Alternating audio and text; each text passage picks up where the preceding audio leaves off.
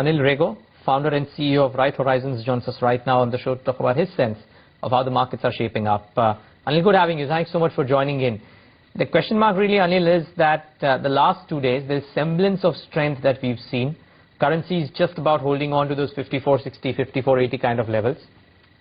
What do you think happens to the markets led by State Bank of India? You think there could be a brief up move, or do you believe that we're still headed for close to those December lows?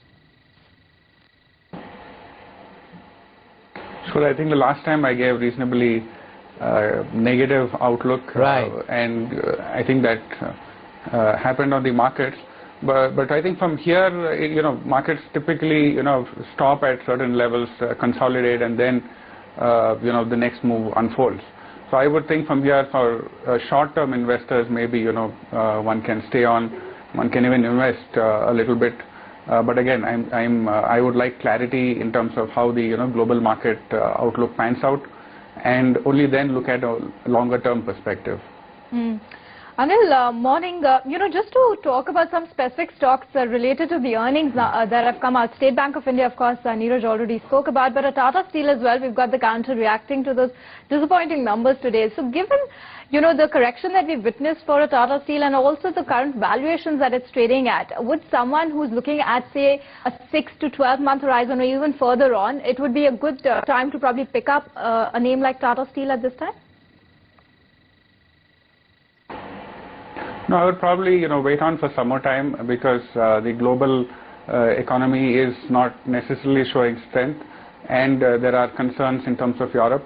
So I would, stocks like this, which are metals and, completely linked to how the global economy pans out, I would wait for some more time, see some clarity, and only then get into stocks like these. And keep in mind that Tata Steel also has a lot of non-India exposure, and a lot to the global European and markets as well. So we'll probably be a little cautious at this point. Anil, are there contra calls that you're taking right now? Because as you said, or probably as the opinion has been on the channel for the last 3 or 4 days, it's divided right down the middle, with a lot of people believing that we are headed for newer lows, whereas the view of the chartists is that for the near term, we might be headed higher.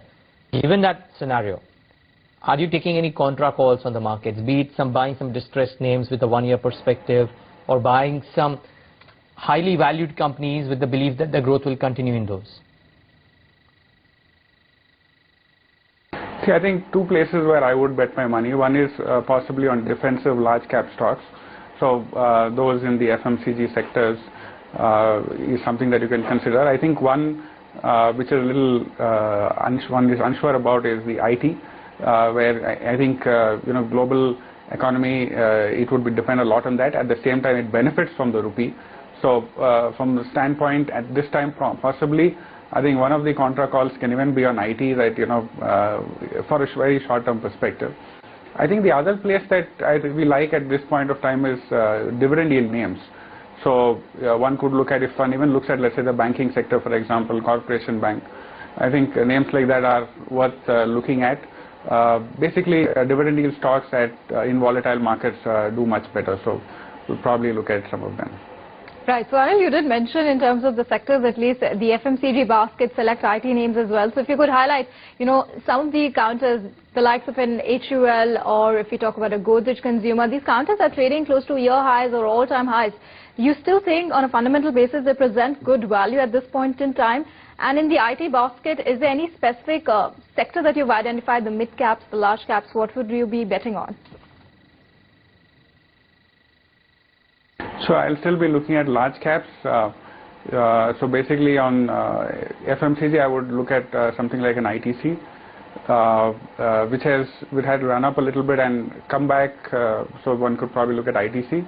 At times like these, they possibly look closer to all-time highs, and I think that's how the market also will bring in money into these sectors which are defensive. So I don't see that as a surprise.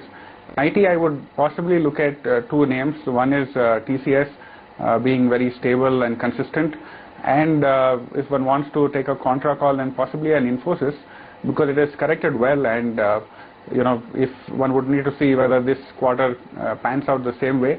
But I believe that some benefits of a bad quarter will come and get pushed into this quarter. So possibly Infosys is one name which one can look at. But again, I'm saying you should not put large sums of money at this point of the market. Okay, last but not the least, financials aside of State Bank of India, a couple of others have been in news, Anil, recently. HDFC, that whole MSI confusion and the stock got hammered, recovered back. A couple of other banking names have found favor as well. Are you buying any particular financial stock? I mean, leave aside SBI, that we've discussed to death today. What about anything else in that space, banking or non-banking? Sure, I think HDFC is a name that I like. It's also a defensive name. And if you look at, in very volatile and negative market conditions, HDFC does relatively much better than the index. So I think HDFC is a name that I would like. I have been liking ICICI Bank. I think a lot of work has been done, restructuring, getting back into profitability, higher profitability, focus on margins. The whole core business and all the parameters I think are looking strong. So ICICI is another name that one can look at possibly on buying on falls.